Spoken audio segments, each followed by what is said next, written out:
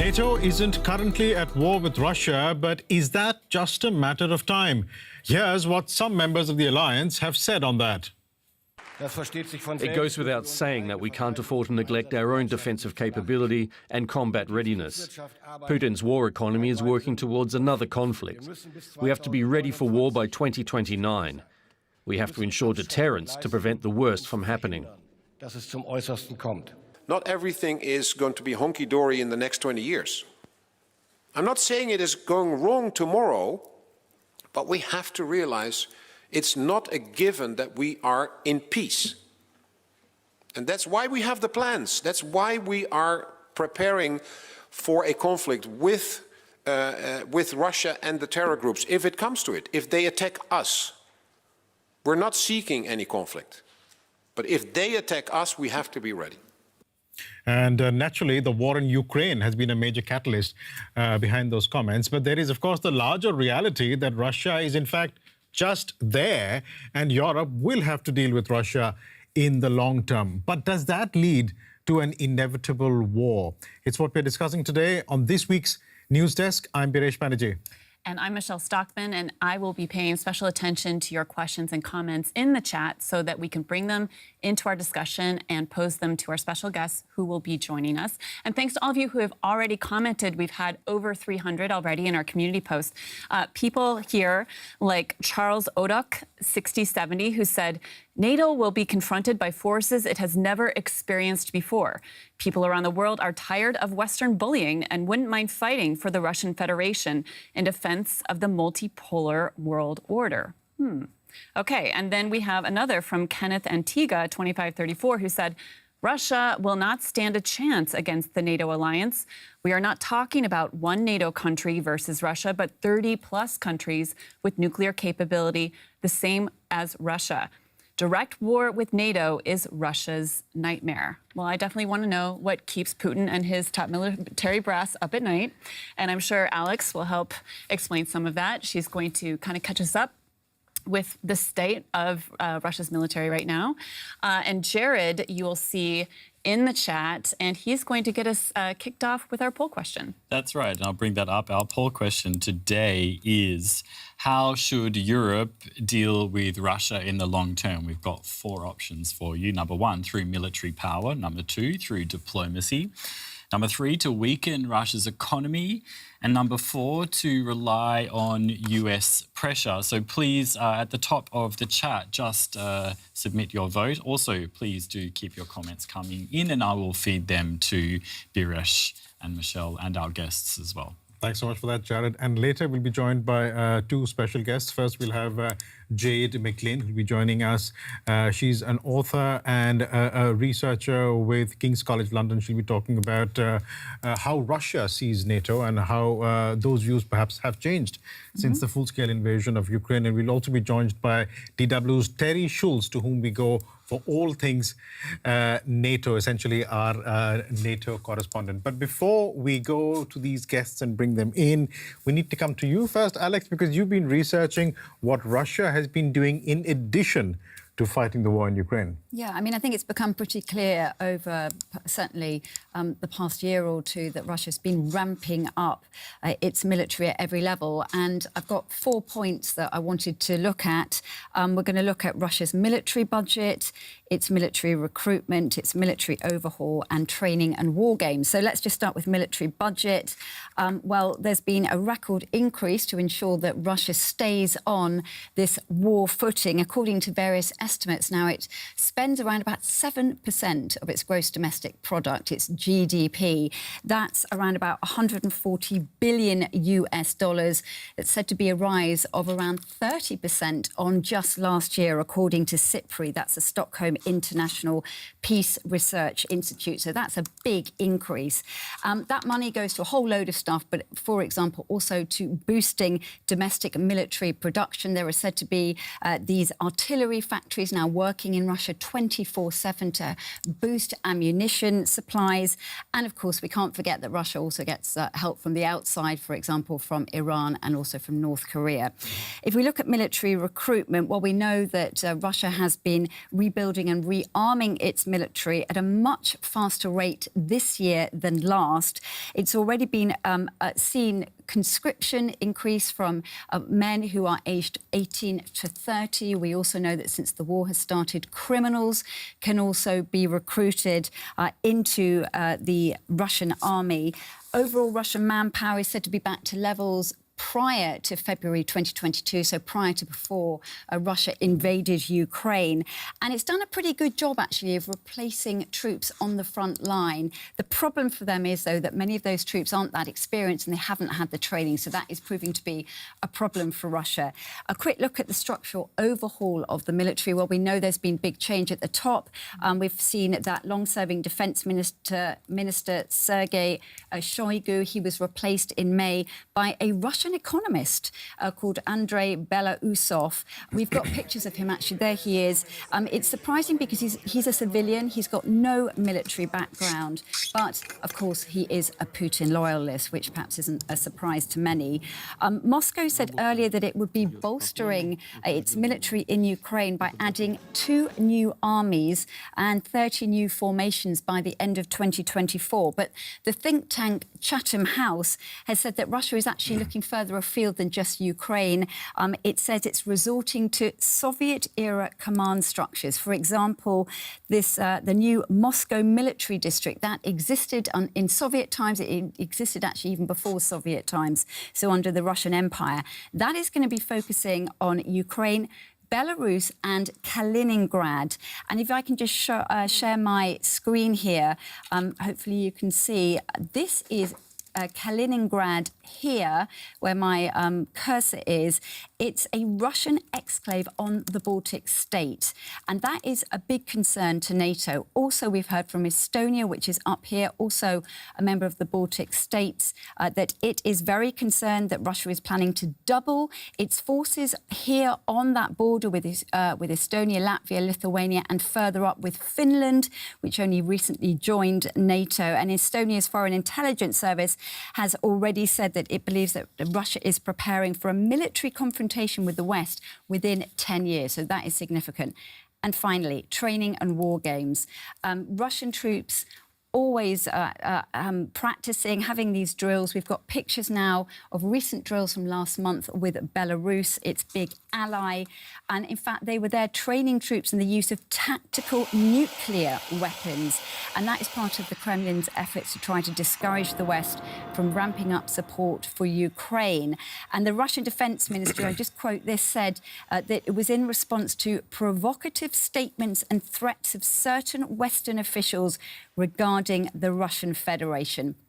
So with that, you can think of Emmanuel Macron, his statement about not excluding the deployment of troops in Ukraine and others. And one very final word is that Moscow has also made it clear that it could cut its decision-making time for use of nuclear weapons if it feels under threat. And that is very significant. And all of this is obviously going beyond just the field in Ukraine, right? This is more longer term. Absolutely. And I think particularly for NATO, this whole, the fact that they are said to be, Russia is said to be increasing its troop numbers on that border, on the Baltic border. With Estonia particularly. With NATO members, with Estonia, Latvia, Lithuania, and also with Finland. Well, I think we're definitely going to also talk about what's happening on NATO's side. That's a question or a comment here from Brainsucker92. Military power is the one and only thing that Russia respects to keep their distance. So it'll be interesting to find out how NATO is reacting to this buildup. And we will be coming to that, and not just that, but we'll also be looking at, because Alex mentioned support from Iran and North Korea there. We will also be discussing that, but a little further along in this discussion. But thanks so much for that very detailed overview, Alex. I think it's time now to just look at, to delve further, deeper into the reasoning behind what Russia is doing. And Alex just gave a good overview of that. But to help us understand the reasoning and the Russian strategic mindset here, let's bring in Jade McGlynn. She's an author and she's a research fellow at the Department of War Studies at King's College, London. Jade, thank you so much for making the time. We know you're busy. I don't know if you heard the overview that Alex provided there. What really stood out to me was the Estonian military intelligence saying that confrontation with the West is likely within 10 years. And I go back to what Kremlin spokesperson Dmitry Peskov said in April, and he said that Russia and NATO are now quote, in direct confrontation with each other. And I wonder if you view that as war then being the next step after this direct confrontation. No, not necessarily. I think that there's still, thank God, or thankfully, a number of steps that would have to be taken before we were truly in direct conflict or confrontation between NATO and Russia. But I think that the idea that this is just an issue of, okay, well, if the West doesn't support Ukraine, then, we'll avoid any escalation and then there won't be war. I think I can understand why that's a comforting line of thought, but I think that it's a folly and at least a fallacy. I think that if we see a Kremlin that is victorious in Ukraine, that has been able to re-establish its dominion over even just East Ukraine, such as where I am now, then the next steps will be to not, of course, for the tanks to keep on rolling on towards Warsaw or Berlin. I don't think that anybody serious is suggesting that that would be the case. Russia also does not want a direct conflict with NATO. I don't think anybody is particularly interested in mutually assured destruction.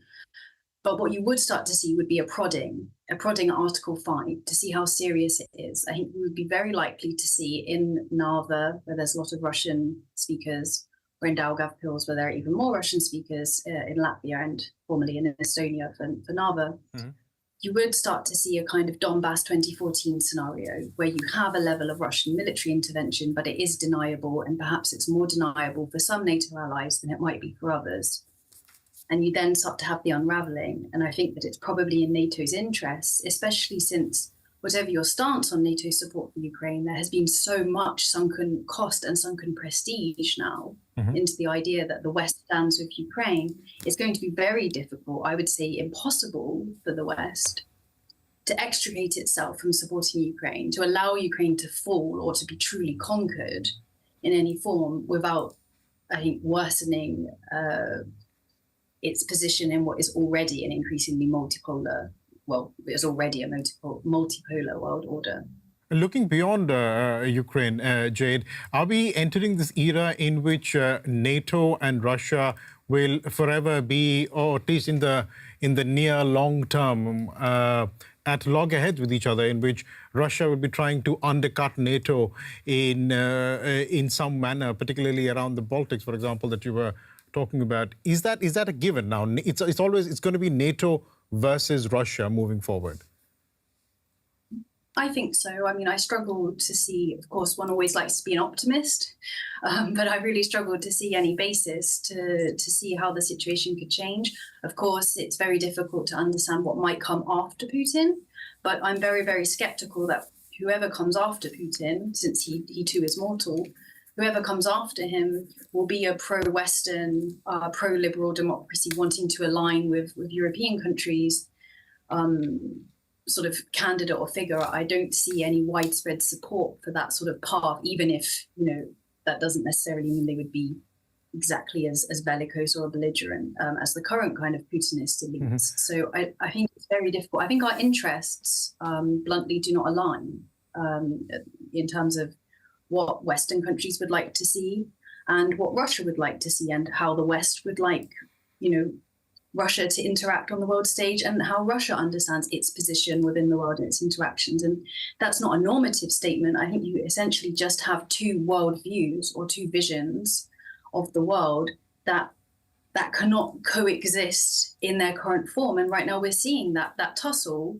and eventually a point will have to be worked out as to, okay, well, these are the other side's kind of compromises and lines and what they're willing to put up with, for the case of, because it's either not worth it from a military point of view, or because the risks are too great. But we're still at that working out point, I think. And what is the Russian viewpoint, and how does Russia view the world? And when you say the Russian viewpoint, I'm guessing this is independent of Vladimir Putin. It's independent of who occupies the Kremlin. It's just a Russian mindset. And if that's the case, what is it? Well, I think in a way, yes, you're right. Of course, the documents that we have, they come out, that we can use to sort of be really clear as researchers.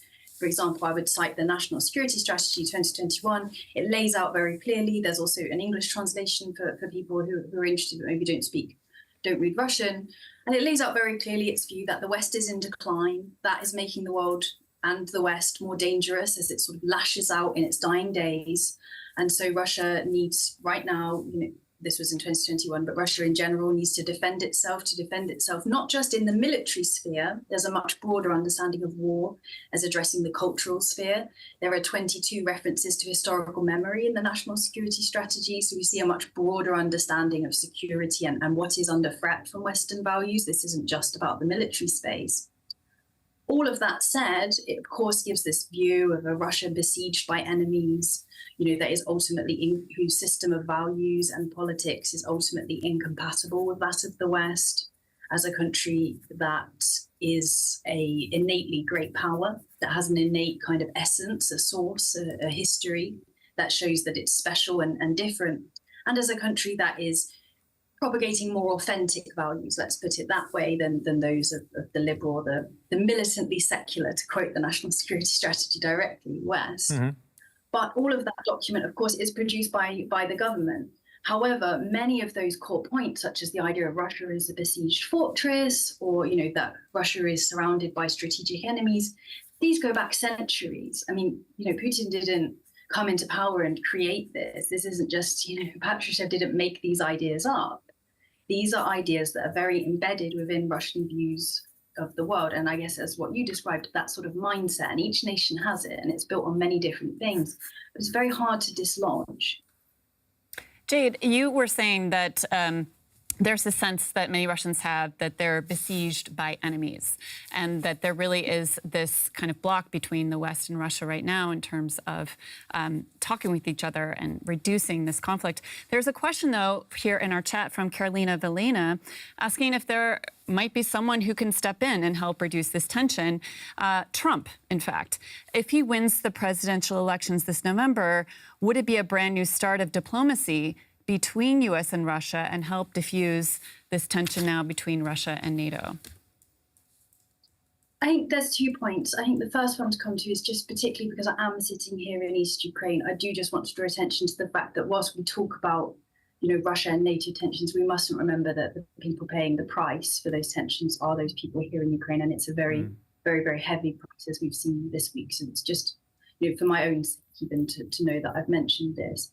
On the second point, I think that we will see a shift in the approach. And to be honest with you, I'm not myself very convinced of the current incrementalist approach and the current entrenched on both sides debates around NATO. If NATO membership isn't workable, there's not really much point in us arguing about it. NATO membership for Ukraine, there's not much point in us arguing about what is not going to be possible. Let's argue about what can be done instead. So I think, of course, if there is a second Trump presidency, we will see a change. I think it will be a false start, because if we look at what Trump's allies and kind of his people have put out in terms of what he will be proposing to President Putin, that does not come anywhere near close enough to what President Putin is demanding and has consistently demanded in order to even begin negotiations. So not as his negotiating position, but in order to even begin, because Putin is demanding 4 additional territories, the recognition of 4 additional territories as Russian, the removal of Ukrainian troops.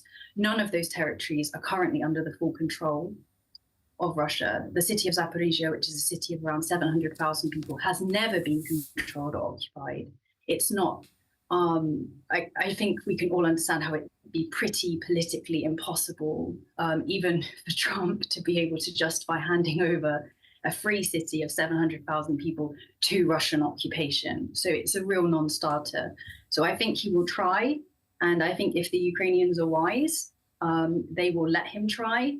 They will be very open-minded towards it. And then they will make it clear that it will become obvious that it will fail because of Putin's and Russia's belligerence and intransigence, rather than Ukraine's kind of ridiculous expectations. Jade, I'd like to take 2 steps back, if you'd allow me, and just talk a bit more, trying to understand how Russia approaches the world and how Russia is approaching this conflict as well. You released 2 books last year, one called Russia's War and the other Memory Makers. And the last book, those are the books that Jade released there on your screens now.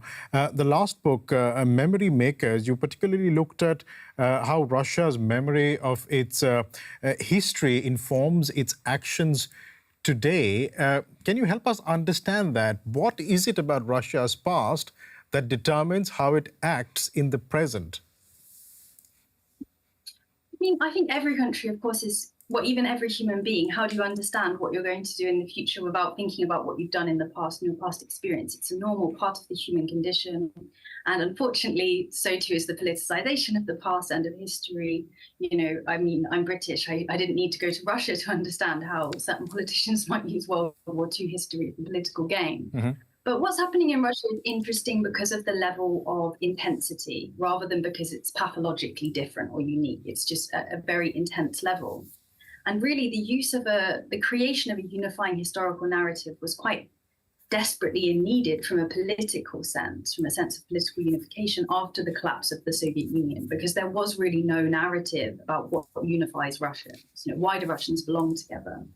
And although you see different attempts under Yeltsin and under the early terms of Putin to create one, nothing really works. But after 2012, when you kind of have the collapse of the original social contract of you give up some of your rights and the government will give you more economic growth, when you start to see the collapse of this, that's when we start to see this big shift towards traditional values, the use of history, the idea of the Great Patriotic War, so World War II from 1941 to 1945 on the Eastern Front, as this unifying element. But of course, it's all massively accelerated by what happens in 2013, 2014 with the Ukrainian protests against Russia's preferred presidential candidate, let's put it that way, or sitting president, Viktor Yanukovych. Mm-hmm. And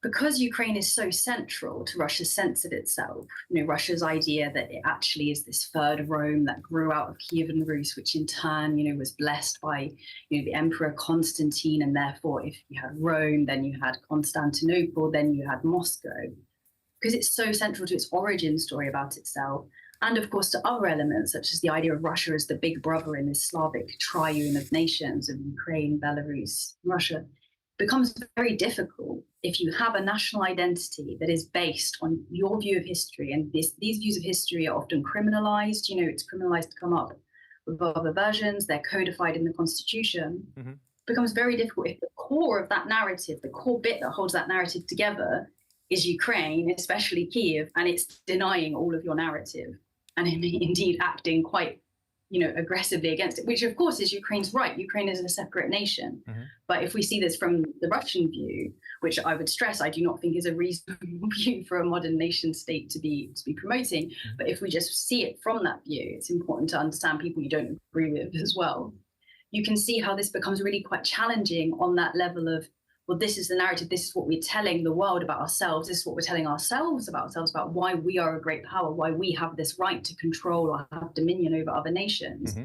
And Ukraine is directly contradicting it. So it becomes what we call ontological insecurity, when you have a real sense of insecurity in almost who you are as a nation. But if this has been the narrative for a long time with Russia and before that the Soviet Union, why go to war over it now? Why have things reached this point that you have to go to war over it? That's a really good question. And I think we also have to ask the question of would Putin still have launched the full-scale invasion if he had known that it wouldn't be a 3-day walk in the park? We take Kiev and then we all go on holiday to Odessa. Mm-hmm. And I don't know the answer to that question, but I do think it's a question worth putting out there. So I think the first point is because he did think it would be so easy, because he did believe his own propaganda. He did believe that Ukrainians really do just want to be liberated by Russia, that they essentially are just little Russians, and that most people were vastly at odds with what they call the Kiev regime, so the democratically elected government in Kiev. Mm-hmm.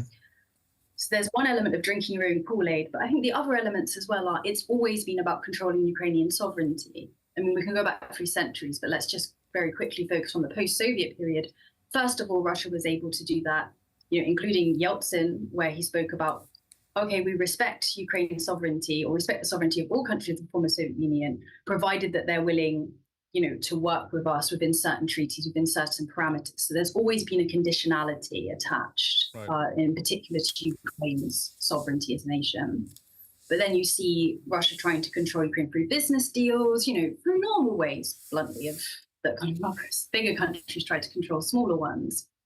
becomes more political after the Orange Revolution, becomes more aggressive, with the gas wars and so on. Then after 2014, you see Russia does not accept or does not annex Donetsk and Luhansk into its own territory, but rather tries to use them as spoilers to prevent Ukraine's westward preference. Right. And a lot of people have stressed the importance in 2021 of the shutdown of 3 major television channels that were owned by one of Putin's very, very close associates, the godfather of one of his children, Medvedchuk. And this was seen as just the final straw, as the idea that, okay, there is no way beyond direct military intervention that Russia can keep its stranglehold or its ability to prevent Ukraine's sovereignty, essentially, Ukraine's ability to decide what it does. And so that's seen as not the only straw, but almost the final straw that breaks the camel's back. But none of it's possible without the propaganda, without this quite peculiar worldview, and without a worldview that's very dismissive of Ukraine's right to exist as an independent and truly sovereign nation. Then how does that translate into the animosity towards NATO and the situation that Europe and by extension NATO finds itself in right now? I mean, I think in a way, that's the crucial question, because people talk about, okay, well, Ukraine in NATO is a problem, Russia, and it is. You can't deny that they see that as a problem, but it's very interesting to think, okay, well, they were pretty indifferent, to be fair, to Finland and Sweden joining NATO. And in fact, they've since moved all of their troops away from their 1,300-kilometre-long border with NATO, with Finland, to be in Ukraine. So they're obviously still not that worried about it. So the issue, again, it's not about NATO, it's about Ukraine in NATO. So the issue isn't NATO itself, it's Ukraine in NATO, because Russia believes that it has dominion over Ukraine. And it's very interesting, with the discussion around NATO, because of course it was enshrined in Ukraine's constitution in 2014 when Russia first invaded, that Ukraine would not join NATO, that Ukraine would remain militarily neutral. Yep. And yet Russia still invaded. And neither Poroshenko nor, of course, Volodymyr Zelensky were exactly keen on NATO. That was not an issue they particularly wanted to push when they first came to power. But often their experiences of negotiating or trying to negotiate with Russia pushed them more in that direction, because they realized that there was no way to come to a reasonable agreement with Russia's demands, and that they would have to seek security from other quarters. And of course, if you're Ukraine, nestled, in Europe, but between the rest of Europe and Russia, the obvious place that you're going to go is to look to NATO. Jade, there's a question here in the chat that a lot of people are talking about. What is enough for Russia in terms of its desire to... Very good question, yeah. Yeah, to expand its dominion or restoring Russian dominance? What is enough? This is from Stefan Gursky. It's a great question. I think there are two enoughs in some ways. So there's an enough to freeze the conflict, at least for now, because, although we all like to talk about how well Russia's economy has done, there's a massive cost of living crisis for ordinary Russians. There's lots of strains. There are real problems with the sustainability. It's not that Russia can't keep the war going. It can, but it's not in ideal conditions, let's put it that way. So in order for Russia to freeze the war, I think we could be talking about certain territorial concessions, but it's my conclusion based, and of course, as analysts, we can always be wrong and we have to be humble, but it's my conclusion, based on studying this war for over 10 years now, sadly, that the only actual point that Russia in its current guise would accept will be the loss of Ukraine's sovereignty, and that ultimately this is not about territory primarily. Territory plays a very secondary role. If Ukraine would say, do you know what, if the Ukrainian government, for example, would say, do you know what, we're going to resign, and from now on, Russia will have a veto over who becomes president and what is our foreign policy path, all of these different aspects, whether or not we can join the EU, what is our military status. Mm-hmm. I would imagine that Russia would make very many territorial concessions, up to a point. And I think that's ultimately what is at stake here is, does Ukraine have a right to exist, as a sovereign country or not? But beyond that too, beyond Ukraine, does Russia want more than Ukraine when it comes to dominance, looking at the old Soviet empire? Are we going to see more of that when we hear European and NATO leaders talk about being prepared, that there could be a direct confrontation? It's a tricky one because right now, as Russia is, I mean, the idea, it's obviously nowhere near as powerful as the Soviet Union was, but a Russia that had conquered most of Ukraine, or at least had control over most of Ukraine's resources, is immediately a much more powerful country, both in terms of resources, but also in terms of, I suppose, demographically, to the extent that obviously it's somewhat offset by the war itself, and in terms of its geopolitical heft, because it will send a message, you know, that even if the West says it will stand with you for as long as it takes, it just means for as long as it takes for you to bleed out or to kind of be defeated. So then you would have a much more powerful Russia. I don't think, though, again, you could, with Russia after the 24th February, you can never say never.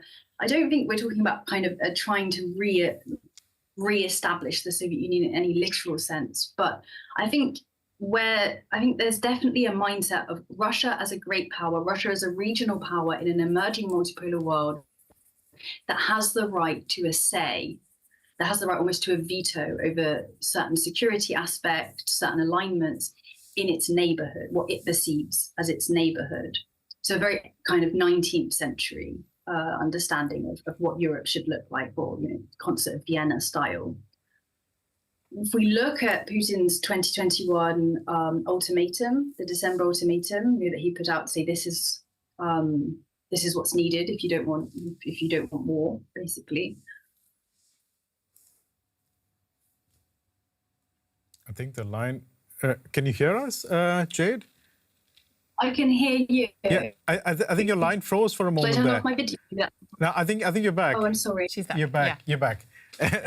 Please go I'm ahead. sorry. A bit internet connection, not great and hard. But yes, with the December ultimatum, he put out those demands quite clearly. He doesn't seem to be particularly chastened by his army's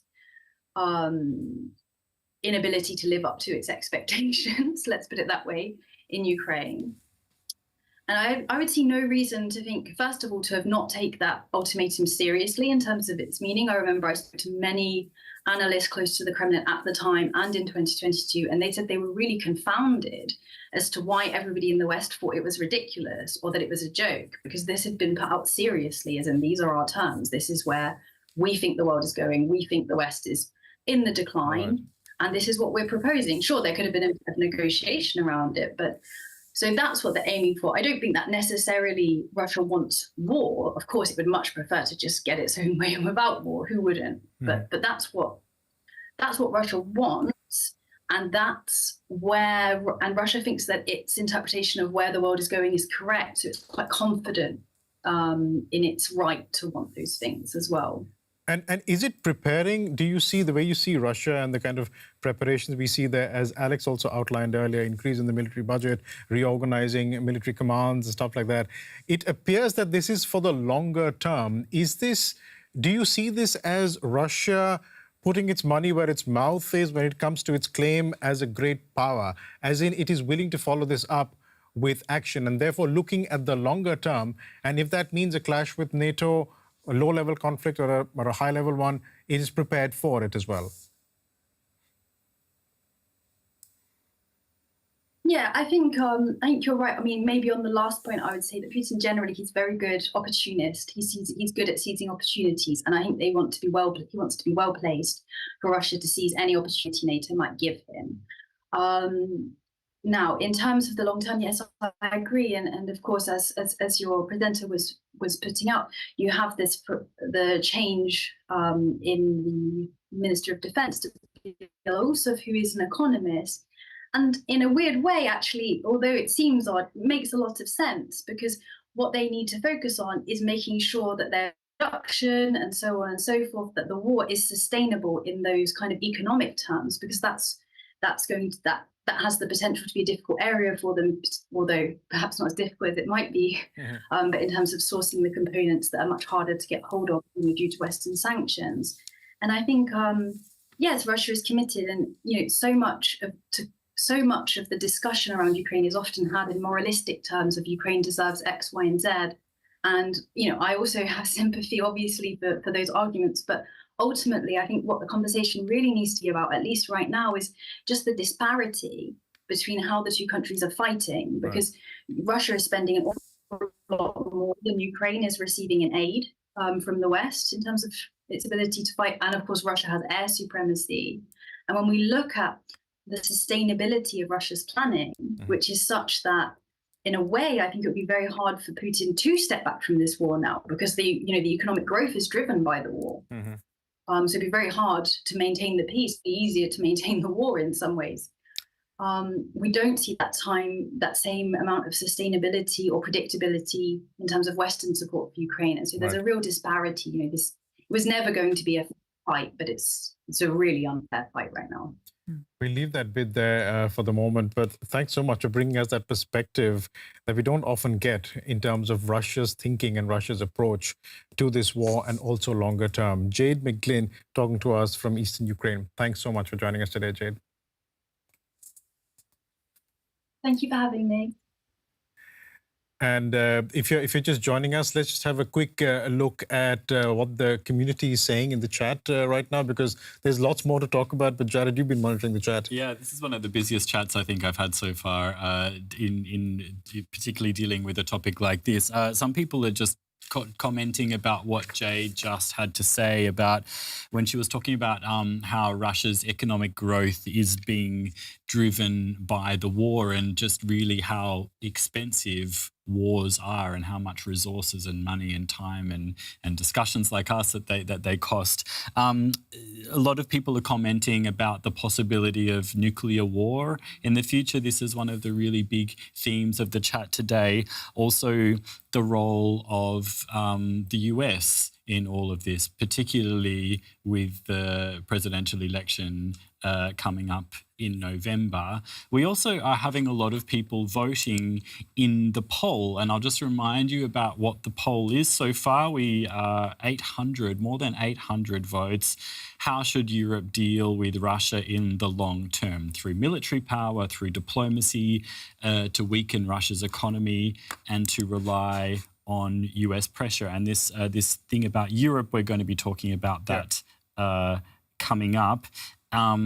Monica Bardell says Putin is going to do with Europe whatever he gets away with. Maybe that's something we can talk about. I'm sure we're going to talk about this with DW correspondent Teri Schultz, who's been waiting patiently, listening to our conversation, and she can join us now from Brussels for the view about NATO. I can't wait to hear what you're going to say, Teri. But just for context for our community, Teri has been covering NATO for a very long time, and she is literally an authority on NATO. So we're very glad that you can join us today.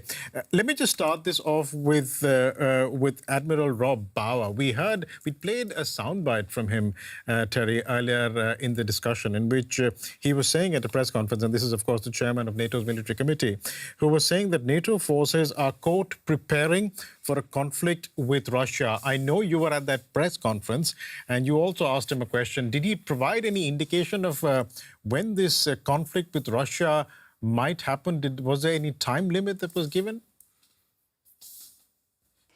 Well, that's not really something that NATO does. You've heard some estimations from national governments, including Germany's. I think what I hear repeated most often is something like it could happen within 3 to 5 years.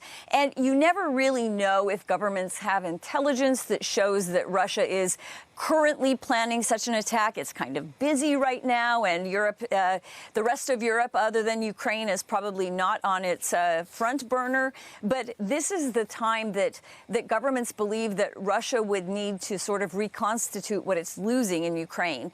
Of course, this all depends on when and how the war in Ukraine ends, because, of course, Russia's resources are very much devoted to that right now. For example, in Finland, where there used to be a lot of forces and equipment stationed along the border, that's all been moved down to fight in Ukraine. And so the Finns actually feel a bit more secure physically at the moment because everything is being sent to the war in Ukraine. But 3 to 5 years is what we normally hear. You don't generally hear NATO officials giving any sort of estimates like that. They need to be ready to fight tonight, as they say. What is the thinking in NATO headquarters? Let's assume that when it comes to the outcome of the Ukraine war, Russia can call it a victory.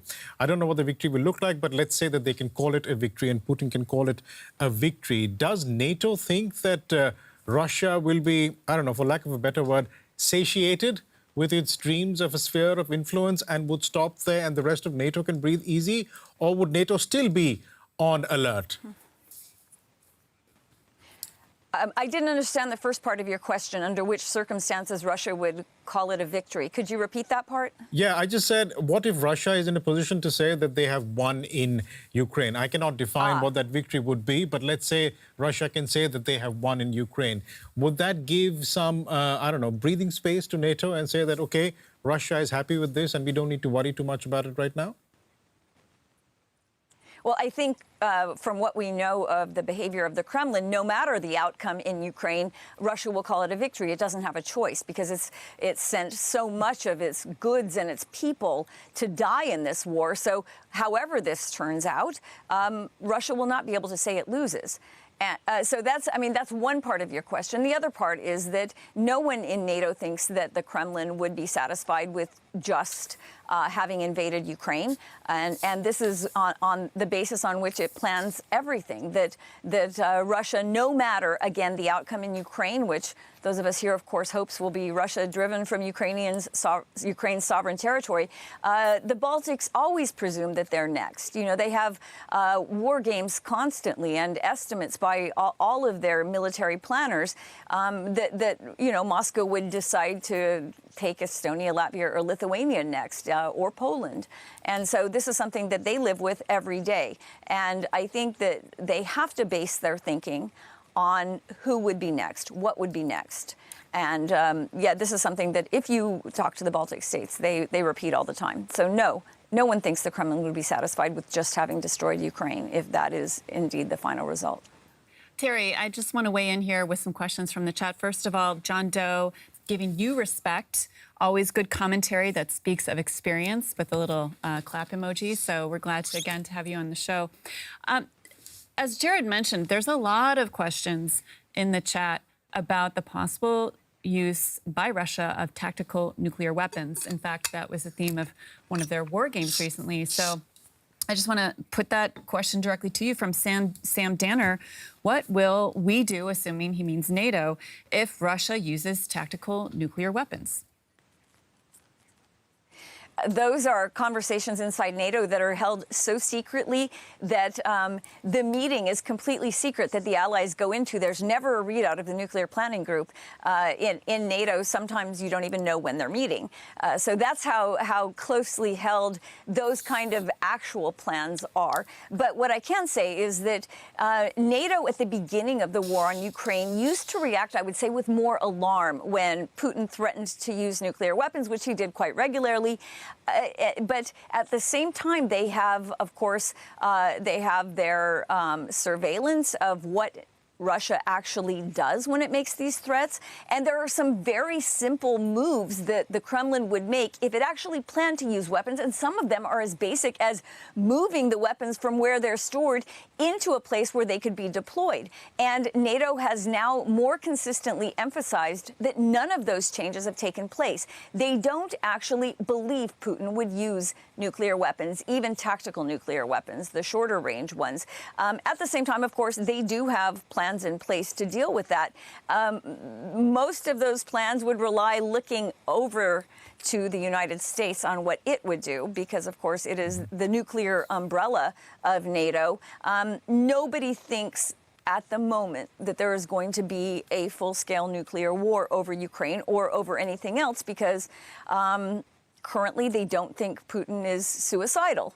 But, they've got secret plans in place for that. It doesn't look like Russia has changed its nuclear posture since the Ukrainian war began, despite all the threats. And that's how NATO seeks to reassure its public. Since we are talking about nuclear weapons, I know that, Alex, you managed to dig out a map that shows warhead inventories. So it's the Federation of American Scientists, and it's the estimated global nuclear warhead inventories from this year, if you can just share my screen. And we can see here Russia 5,580, so the most. Second, the United States 5,044, and then others far fewer. Of course, we know that China and others will be building theirs up, but that's a significant number of 5,580 for Russia, according to this produced by the Federation of American Scientists. But as of now, no one is thinking of using it, despite threatening words, if I understood Teri correctly. Teri, just zooming out a bit, when you're talking about NATO versus Russia, what exactly is NATO's strategy to counter Russia, particularly since the full-scale invasion of Ukraine in 2022? Well, NATO will say that, of course, it is an alliance based on deterrence. Its main point is to prevent any attack, not to actually ever have to go head-to-head with Russia. But increasingly, interestingly, there are calls by allies themselves to take more, I would say, proactive measures, even at the NATO level, against some of the other ways that NATO wages attacks on NATO, these hybrid attacks. And, we've even seen news reports breaking in the last couple of days about some of the ways that Russia does that, including by these bot farms.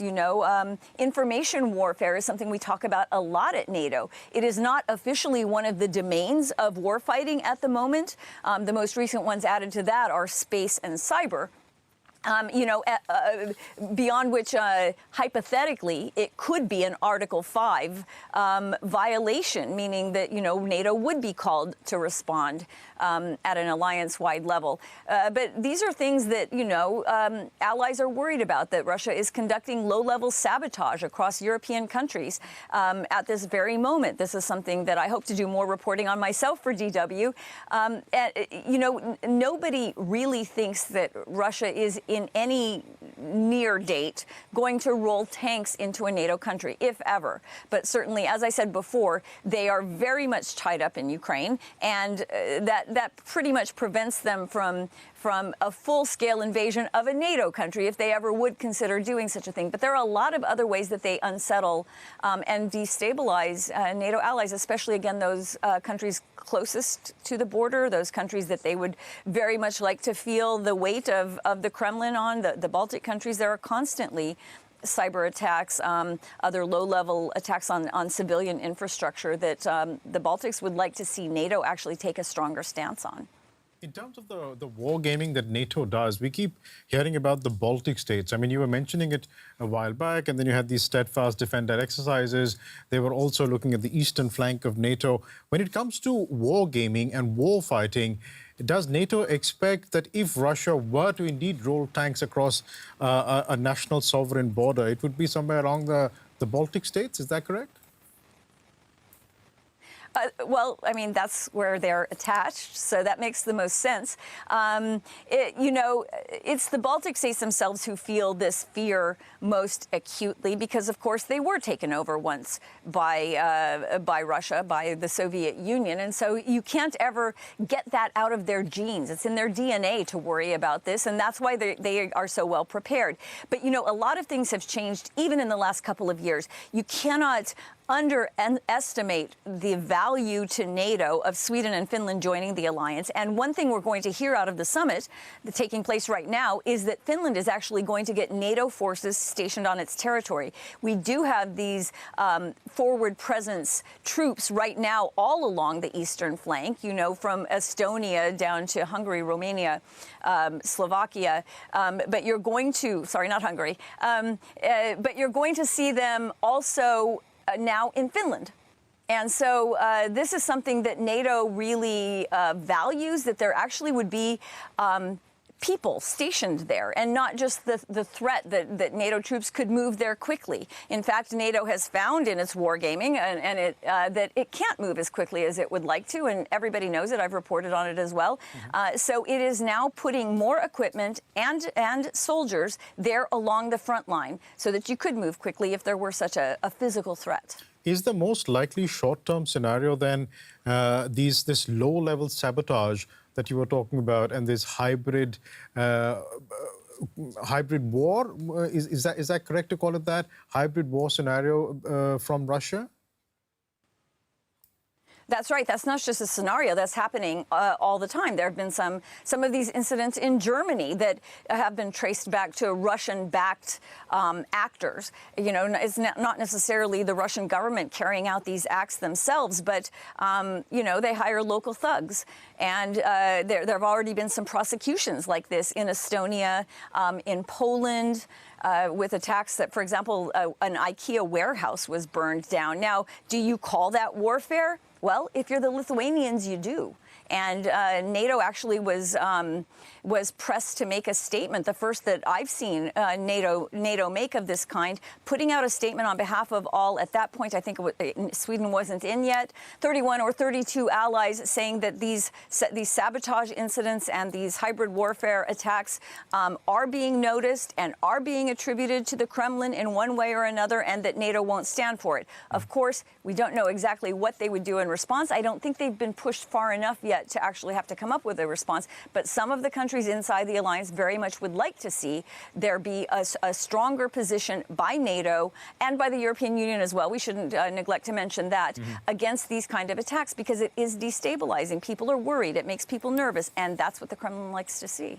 I know you want to come in with some questions. Just before you do, absolutely. I think Alex has a question. I just wanted to remind everyone of where Teri is talking about with the map, going back to the map that I brought up right at the beginning. And this is a NATO map. So this is Russia, Finland, Europe. If I press here, you can now see it switches to those NATO members. So this is where Teri is talking about Finland up here, Estonia, Latvia, Lithuania, Poland, Romania. So you can just see that border. Just wanted to make sure that everybody was following along of exactly where we were talking about there. Yeah, maybe it'll be a good idea to post that link in the chat, unless Jade has already done that. Yes, done it. Okay, great. Yeah, great minds think alike. I'm sure you had some questions. Yes, so this is again, Teri, something that Alex brought up earlier about how Russia is preparing for the long term in terms of its standoff with NATO and changing its conscription policies. And that's something I'd like to ask you about. Memovox put it in a really good way that he would like to ask. Young people don't want to join the NATO army. They don't want to be thrown into the grinder. I should say that's a really kind of explicit image there. So, but there isn't any NATO army as such. That's a good point. And I'm sure that Teri will clarify that. Yes. But I'm talking about NATO countries, members who belong to the alliance. How are they treating conscription now, or how should they, in order to be able to stand up against Russia's threat? Well, you've seen that debate in Germany. Defense Minister Pistorius is very much looking at other countries that do have broader conscription for models that Germany might follow. A lot of countries, even including the United States, have trouble filling what they believe is needed to present a credible defense. And so all countries are looking at how they can convince young people that the military would be an attractive career. And they need to make a lot of changes inside the military to do that. I can speak for one particular aspect of this that I know because I've reported on it recently, and that is women. You know, there's no mandatory conscription in countries like Germany for women. It's optional. This is true in countries like Finland, which has actually perhaps the most willing participants in their national armed forces. But I reported on how to convince women that this is a good career because, for example, they don't even make women's uniforms for some jobs. I joined a flight, an AWACS flight, and the women on this flight told me, you know, if you get pregnant, you're allowed to fly, but they don't make uniforms for us. So they really need to change some of these things if they want women to see this as an attractive career. That's something that a lot of countries are looking at. Sweden also has a very successful conscription policy. Some young people are compelled to join. They have to join, and others are allowed allowed to join as they wish. And actually, Boris Pistorius went to Sweden to check out how this is working there. So all countries that I know of are having trouble filling their armed forces. And this is something that governments need to look at. I won't pretend to be an expert on this, but they need to find ways to make this a more attractive option. NATO armies, for the most part, are not being thrown into the grinder, though those are Russian conscripts. You can't possibly compare. But there's a lot of discussion also about what Ukraine should be doing. You know, they've been reluctant to lower the age of conscription into the Ukrainian army because they don't want to potentially lose all their young people. And this is something that I think Ukrainian President Volodymyr Zelensky is having to look at, and he has lowered the age of conscription now. You know, NATO is very fortunate that its young people are not being sent to fight for the most part. But, you know, this is another part of being ready. And this is why countries are looking at how they would have to be prepared in case the threat came to NATO territory. Just looking at that, that future between NATO and Russia, I remember in the 90s there was this possible talk during the Clinton administration in the United States of a possible agreement between Russia and NATO. I'm imagining we are well past that point and that is not going to be reached.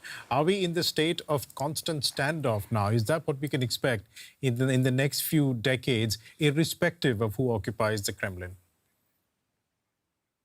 You know, when I started covering NATO 16 years ago, it was in that era of sort of friendly relations. And it always shocks people when I tell them that at first Russian diplomats were there at NATO headquarters. They didn't even need an escort. They were allowed to walk around, eat in the cafeteria, have meetings without anybody from NATO being with them. That's something even journalists couldn't do. But the Russians could do it. That's how low the threshold was for considering Russia a threat. This was back in 2007, for example, when I first started. And it was only as sort of the espionage incidents got more numerous that they started restricting Russian diplomats' access. And now it's gotten to the point where there's not a Russian presence at all. They used to have sort of a mission, like an embassy inside NATO, and they closed that after so many Russian diplomats were expelled on accusations of espionage. Things have just changed incredibly. And what Secretary General Stoltenberg has already said now for a couple of years, that this is the new normal. This is going to be the way that NATO has to view Russia for the foreseeable future, because, I mean, that's Moscow's choice, that it's waging war on a country on NATO's borders, a country that very much wants to join NATO. But yeah, I don't see any sign of a de-escalation diplomatically or militarily on NATO's side, as long as you've got the Kremlin, conducting itself as it does now. Teri, I'd like to expand this conversation about NATO to include not just Europe, but also the Indo-Pacific. And the reason I bring that up is because NATO Secretary General Jens Stoltenberg just wrote recently an article, and he said, and I quote, "Europe's security affects Asia, and Asia's security affects Europe," unquote.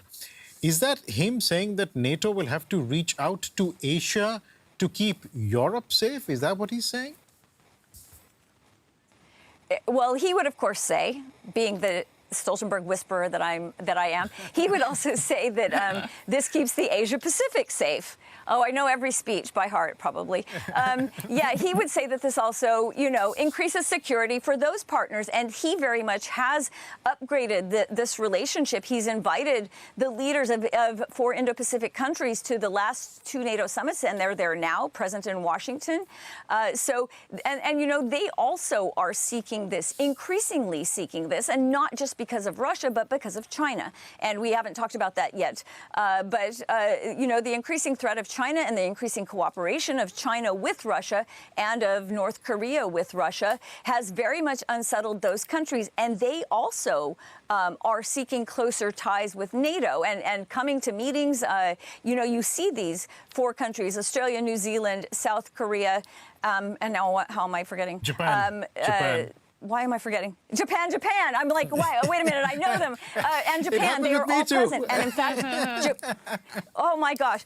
So Japan, I mean, there was discussion, which was sort of mooted by France for some reason of having a NATO representative office of a couple of people established in Japan, and I bet that will happen, but not so quickly. And Japan was seeking this as well. They want closer ties with NATO, and NATO wants closer ties with them. And a lot of this is just exchange of information.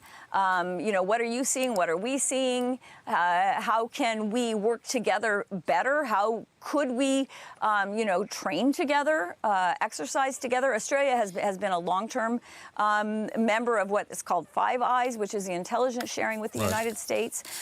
So there have been close ties, but they're being significantly upgraded. And Stoltenberg himself has been a driving force behind that as the world has become more unstable. It's not just Europe. It's not just Eurasia. It's very much Asia as well. Teri, I bet I can anticipate what Biresh's next question is. I have many questions. But I think maybe Huika here in the chat also did. Huika said, NATO needs to expand by inviting Japan, South Korea, Australia, and New Zealand as new members. Is that a good idea? Well, it's not even a possibility because right now you would need to be a European nation to become a member of NATO. Any European country who can contribute to the security of the continent is invited to seek membership, and that, of course, they don't qualify. Who's not to say that there would be, another decision made in the future, but then you would have to change NATO's basic founding documents. But NATO has changed a lot already. They definitely want closer cooperation. They may come up with new names to indicate this closer partnership, but at the moment they don't qualify. I mean, there have been actually some Latin American, South American countries who've sought membership in NATO, asked can they become a member. There's discussion, should Israel become a member? They can't at the moment, as long as the membership requirements remain as they are, that you would have to be a European country. Isn't there something like that as far as in increasing Article the partnership? 6? Sorry, isn't there something in the NATO charter? Go ahead, read me Article 6. Well, you'd have to be a NATO country. I mean, you have to be a European country contributing to European security. Okay. Nobody would. That's what I was mentioning. You don't. I mean, these countries can contribute to European security, but they can't become a NATO member as it stands right now. But you were talking about Japan there. I think Japan is very keen to have some sort of closer ties with NATO. But Teri, most other Indo-Pacific nations aren't in the same boat as Japan. You look at India, Indonesia. They follow their own versions of strategic autonomy. And if I'm not wrong, in 2021, India's Foreign Minister S. Jaishankar said, I quote, "India doesn't have a quote NATO mentality." There are other nations as well. I mean. Is NATO being welcomed really with open arms by the Indo-Pacific nations? Well, I mean, Indo-Pacific nations is a very large group, and you've just mentioned some of them. But those who are seeking closer ties are definitely the four that we mentioned.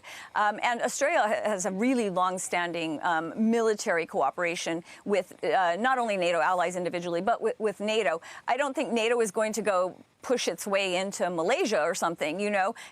Governments would have to come seeking closer ties. But if you look at the NATO guest list, who comes to visit, there are all kinds of countries who come and want to have talks and want to talk about, what is possible. It's not a bad thing to have the 32 richest countries in the world, have a positive view of you and train your military. And, there are, I think, a lot of things that NATO would like to do and that some of these countries would like to have.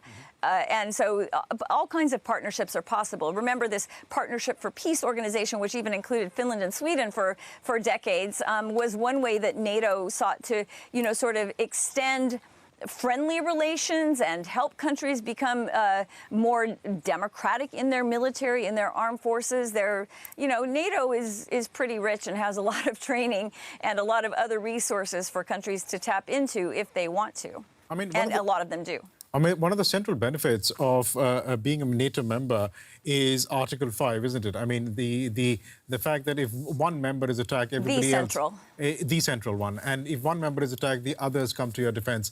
NATO is not thinking of anything along those lines at all when it comes to Asia, right? you can't have an Article 5 guarantee unless you're a NATO ally. And this was even something that Sweden and Finland decided, after the full-scale invasion of Ukraine. They had bilateral security guarantees. They even had European Union security guarantees. But they realized that with an increasingly unpredictable Putin, they needed this absolute guarantee, Article 5, that NATO would be called to its defense. One thing, again, I'm such a nerd about NATO minutia, but one thing about Article 5 that a lot of people don't know is that since it's only been used once in the case of the United States after 9/11, so there's not a lot of experience with it, that NATO allies themselves can decide how they respond if Article 5 is declared. So a country that felt themselves attacked to the level of Article 5, which is a very high level, would then have to go to NATO and say, we feel under attack to the extent that we need everybody else to come militarily to our defense. And then countries themselves decide how they respond, and conceivably they wouldn't have to respond. And this I bring up because let's talk about Hungary. Hungary has decided to opt out of all NATO assistance to Ukraine, and it's also causing problems on the EU side of town. So, I mean, I think when it comes to Article 5, it would be very interesting if a country needed help from Hungary, how Hungary under current Prime Minister Viktor Orban would respond. It's a chink in the armor of NATO that one country has decided to opt out when it comes to what NATO Secretary General Stoltenberg calls NATO's main and most urgent task right now, and that is helping Ukraine defeat Russia. I'd like to bring you back to Asia, though, and if you're talking about Asia, we have to talk about China, and China becomes important when we're talking about the war in Ukraine because of the support that it's providing Russia. I'd just like to sort of play, and Wade, who's sitting in the with the technical crew, can maybe cue this up. This is what Antony Blinken, the U.S. Secretary of State, had to say a short while back. I think this was very recently at a press conference in Prague about support from China. Let's just play that soundbite and then pick it up from there. Russia getting this support from China is, as Secretary General said, a huge difference maker right now on the battlefield. And for China to purport to have better relations with countries in Europe while fueling this, what I believe is the biggest threat, and what Europeans believe is the biggest threat to their security since the end of the Cold War, does not add up. NATO's so-called security is at the expense of other countries' security, and its actions have brought extremely high security risk to the world and the region. We are firmly opposed to NATO's smears and attacks on China and to its willingness to shift the blame onto others, as well as NATO's use of China as an excuse to move eastward into the Asia-Pacific and stir up regional tensions. So obviously China doesn't agree with the assertions of Antony Blinken. Teri, how does NATO intend to deal with China? You know, something interesting about China is it was a very latent recognition by the alliance that China was could possibly pose challenges. They say they don't like to call threats or enemies, but it was only 2019 that the word China even appeared in any NATO documents about the things, the challenges it expected in the future. So that's pretty recent. But the war in Ukraine has really shown NATO which side China is on. Now, there are differing opinions about whether what China provides to Russia could be considered lethal aid. You had the former UK foreign minister, I believe it was, come out and say that it is lethal aid. And that is because what China is doing for Russia is providing these dual use items where China can say, oh, we're just, conducting normal trade. But what it does is allow Russia to continue to wage war the way that it does right now. And that is because the items are dual use. You send computers, you send vehicles, you send parts for these vehicles, you send technology that can be used in drones and other weapons. And you can say, oh, yes, but they have a civilian use if you're China. You say that we aren't providing military assistance to Russia because that, of course, means that the EU and the U.S. are going to look at imposing even more sanctions on China. But in fact, everyone that I've spoken with says it is absolutely the assistance of China that helps Russia continue to conduct the the war with as little economic damage. Admittedly, there's a lot, but that it can continue to function as it does is because of the help from China. And also, I would mention North Korea on this point, because there have been increasing now a lot of more concern about North Korea actually shipping artillery shells. Of course, North Korea is not bound by the normal relations of other countries, including China, with trade relationships. But there's several million artillery shells have gone now from North Korea to Russia, and Iran as well, playing a huge role, and now increasing. I mean, Iran, as it becomes more and more distance from the West, is seeking more solace in its relationship with Russia. So you have a lot of these countries that already are distanced from the West, and really Russia, it doesn't have a big group of friends, but it's getting a lot of help from those it has. I know Michelle has a question, but can I just ask one question in there? Fine. Sorry. It's the chat. So you're talking about Iran, North Korea, and China, these countries in the Asia Pacific that are supporting Russia. How does NATO... And India. We can't leave out India. Well, I don't know if India is supporting Russia in that fashion. It is purchasing oil, but that's different to artillery shells being sent, maybe. But my question is, how does an organization like NATO, that is so important for European security, how does it deal with these countries a continent away? I don't know. It's tough. You can't. In a lot of cases, they don't deal with them. Very few countries have active relations with Iran right now, for example. I mean, those are disputes going back many years over the nuclear program and other diplomatic issues, especially now. So they, with some countries like China, it's too powerful of a trading partner to just cut them completely out of the world system. You can't do that because our countries are dependent on China for a lot of their imports. So it's a really tricky question for them. They would like to punish Beijing for helping Russia, but that would be punishing themselves. And that's the question that the EU and the U.S. are constantly dealing with, how to balance this. When it comes to Iran, of course, there's not a big trading relationship, so that's easier. North Korea, no trading relationship at all. So, I mean, I don't think you can throw those all in the same basket at all. So, Teri, I'm going to let the chat speak now. There's been a lot of... I want to hear what the chat says. Biresh has good questions, but let's give to the chat now. There's been a lot of comments first. Let's just give some comments that people have been saying. Bilo says, without, as you said, kind of Russia's group of friends, without China and India, Russia's economy and war effort will grind to a halt. The Great Take says China needs to feed and supply 1 billion people. They can't afford a war with the West that supplies them with most of their money. So that's an interesting take on it. But what I want to concentrate on here is a comment from Kushagra Bardwaj. He says, Teri, based on the internal NATO threat assessments, how much can the Russia-China no-boundary friendship become an overt alliance? What would happen if it became an overt alliance between China and Russia?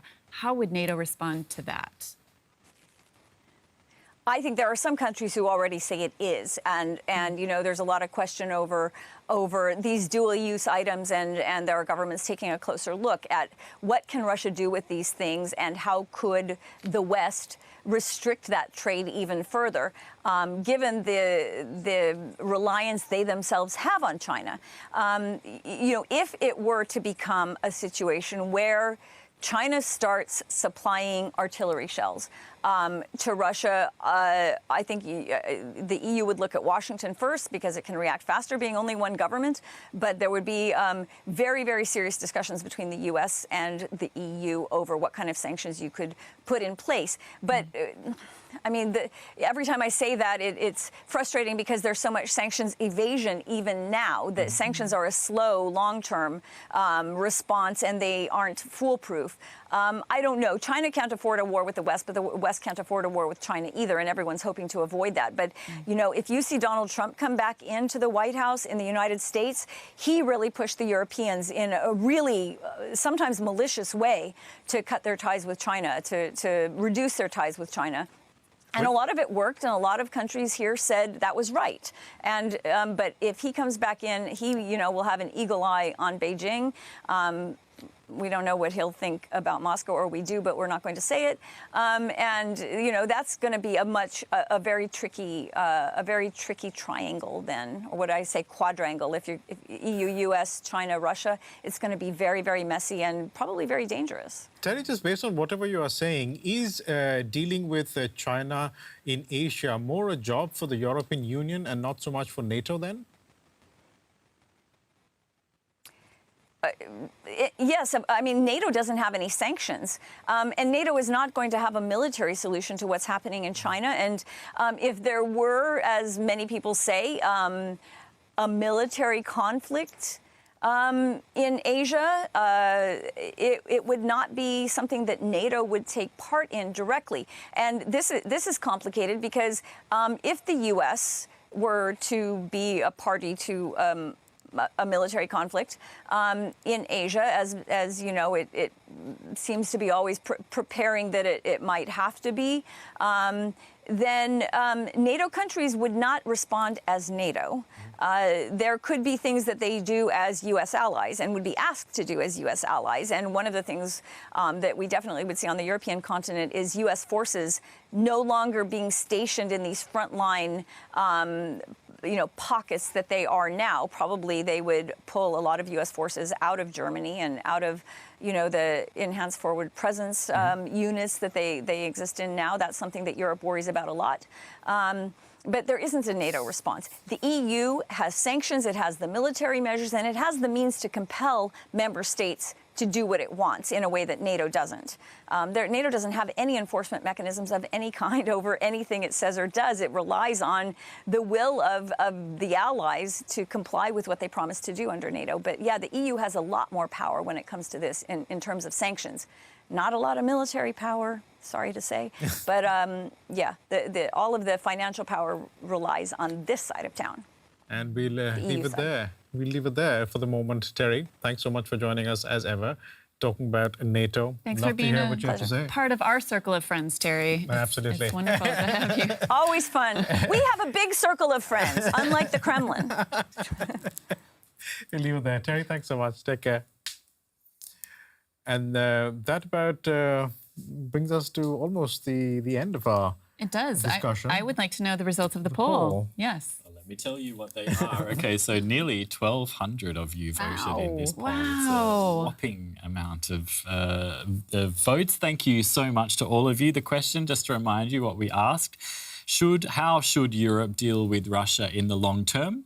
Through military power, through diplomacy, weaken Russia's economy, or rely on US pressure? What do you think came out top, Michelle? Military power? Diplomacy. Oh, sorry, it was from Michelle. I think diplomacy? Yeah, diplomacy. Diplomacy? Diplomacy. 43% think Europe should deal with Russia in the long term through diplomacy, followed by 36% through military power. 18% of you thought it should be through weakening Russia's economy, and just 3% of you thought that we should rely on US pressure. Interesting, right? Not much faith in the US, even though it's one of the biggest components of NATO. That is very interesting, which is why we have poll questions. I wonder if coming November has something to do with it. I think that will change everybody's mind, depending on the result. Yeah.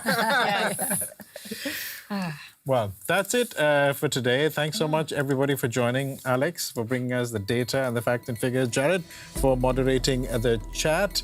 That's it for this week, but we're back again next week, aren't we? That's right. Everybody, thank you so much for participating today. The chat was so active, and we love it when you send in your questions. We try and get as many in here as possible. So we'll put our question up for next week, 24 hours ahead of time. We'll be back on Wednesday. We'll see you again. See you then. Bye-bye. Bye.